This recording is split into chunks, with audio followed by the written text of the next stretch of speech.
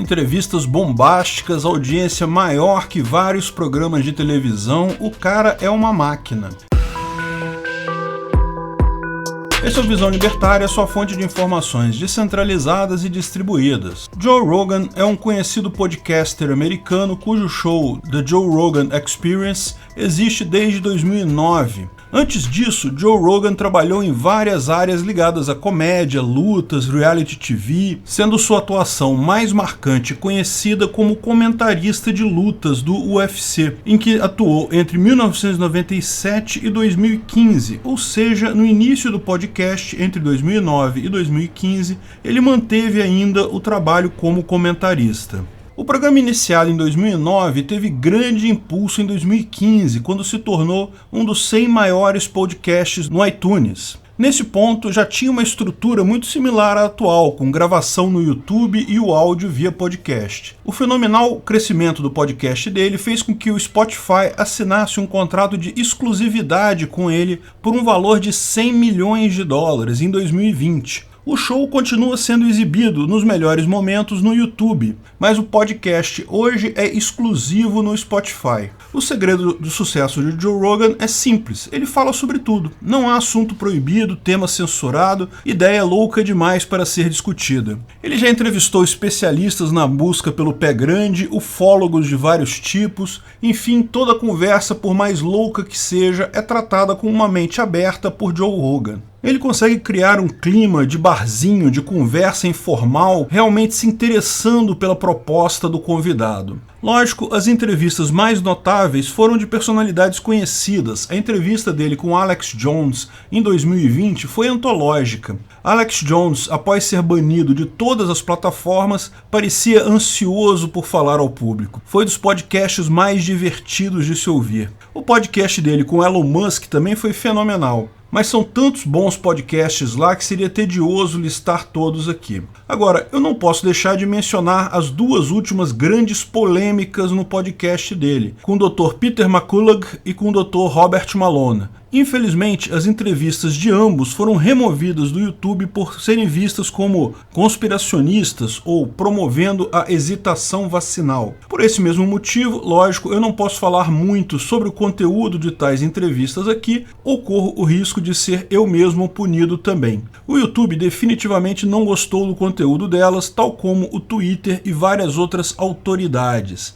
Mas lógico, ambas as entrevistas continuam muito fáceis de achar em outras plataformas mais abertas à liberdade de expressão. Ambos os médicos com amplas credenciais acadêmicas já haviam sido expulsos de outras redes sociais recentemente pelos mesmos motivos. Dentre os dois, certamente a entrevista que mais causou furor foi a do Dr. Robert Malone, que é ninguém menos que o inventor da vacina de mRNA. Caso curioso, vários jornais da mídia tradicional prontamente tentaram fazer um fact-checking ou left-checking para dizer que ele não seria de fato o inventor da vacina. Mas até um artigo na Atlantic, feito para espinafrar o doutor, teve que reconhecer que sim, foi ele o inventor da tecnologia que hoje é usada pelas vacinas de mRNA. Lógico, depois da descoberta inicial dele da viabilidade desse tipo de ação, outros médicos evoluíram com os estudos, ele sequer fez parte da equipe que desenvolveu a vacina atual da Pfizer contra a Covid. Ele sempre deixou claro isso, mas isso não muda o fato dele ter sido sim a pessoa que imaginou antes de todo mundo a possibilidade de se usar RNA mensageiro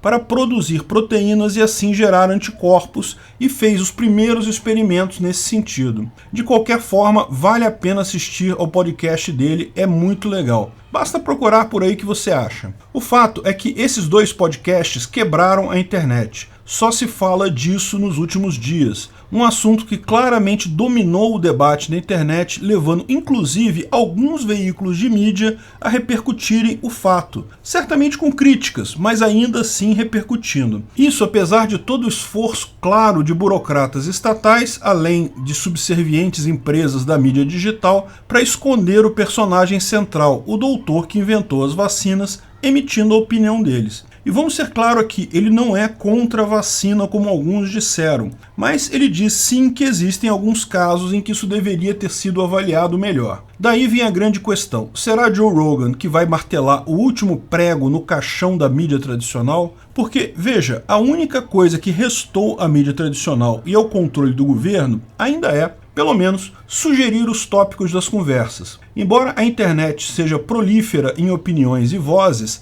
via de regra ainda é a imprensa tradicional que sugere os temas, que levanta os temas. Seria ilusão não perceber que isso também é uma forma de controle. Como a maior parte dos canais foca nas notícias mais faladas pelo povo, ainda é a mídia tradicional que tipicamente descreve sobre o que se vai falar no dia seguinte. Lógico, durante muito tempo eles tiveram controle também sobre como se iria falar sobre aquele tema no dia seguinte, a opinião majoritária sobre o tema em questão. Hoje eles não controlam mais a opinião, não controlam mais as vozes, mas ainda controlam os temas. E isso é uma forma de controle, não vamos nos iludir. Não me entendam mal, eu não estou dizendo que só a mídia tradicional sugere temas. Eu aqui e nos meus outros canais busco sempre trazer temas diversos do padrão usual. Falo sobre os temas do momento, mas sempre busco trazer outros temas também para discussão. Além disso, a internet em si permite uma infinidade de temas a serem discutidos ao mesmo tempo. Mas se você olhar o feed do Twitter, o feed do Facebook, os vídeos mais recomendados do YouTube, vai ver ainda uma forte gravitação em torno de temas que antes dali estavam em jornais, revistas ou na televisão. Mas isso também está acabando. Lógico, muito desse poder da mídia de direcionar o assunto vem também da busca pelos assuntos pelos quais as pessoas se interessam mais. Portanto, sempre haverá alguma correlação. E não são só esses exemplos recentes. Na eleição de 2020, por exemplo, ele recebeu os pré-candidatos Andrew Yang e Tulsi Gabbard. Ambos tiveram um aumento sem precedentes de popularidade após aparecerem em seus shows, muito mais do que tiveram quando apareceram em shows da televisão convencional. Em 2019, o especialista na teoria da conspiração sobre a Área 51, Bob Lazar, foi no show e o assunto gerou tanta repercussão que foi organizado todo um evento de invasão da Área 51 que chegou a preocupar as Forças Armadas americanas, mas felizmente não se concretizou. Virou um grande meme. Mas é impressionante como, seguidas vezes, o assunto do podcast do Joe Rogan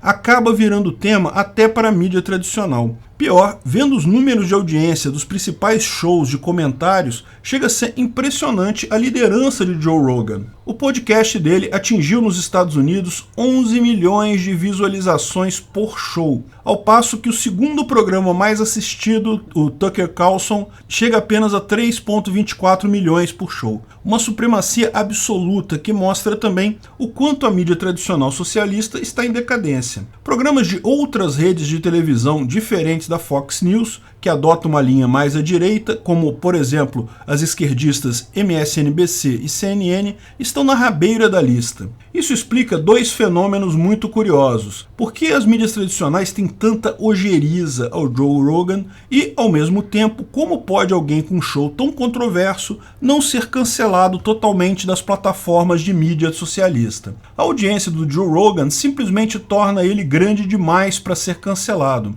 O YouTube, o Twitter e outras plataformas sabem que, se cancelarem o Joe Rogan, ele vai para algum outro lugar. E esse outro lugar vai passar a ser um candidato sério a substituir essas plataformas. Ao mesmo tempo, isso mostra o pior temor das companhias tradicionais de mídia. A audiência está movendo-se lentamente, mas inexoravelmente, em direção a mídias produzidas na internet. É lógico, a imensa estrutura de captação de notícias da mídia tradicional ainda a ajuda hoje a pelo menos pautar os temas, mas mesmo isso acaba diminuindo com o tempo. Um feito enorme para o podcast dele e para a liberdade de expressão como um todo. É curioso também que tal sucesso é replicado aqui no Brasil em português pelo Flow Podcast. O Monark e o Igor 3K têm feito um show com características similares e com sucesso similar. Aliás, eu vou estar no show deles no dia 27 de janeiro agora, não percam. Recentemente, até o jornalista Glenn Greenwald apontou a semelhança entre os dois programas. O fato é que o modelo de distribuição de informações fatalmente premia mais liberdade, premia uma cabeça aberta,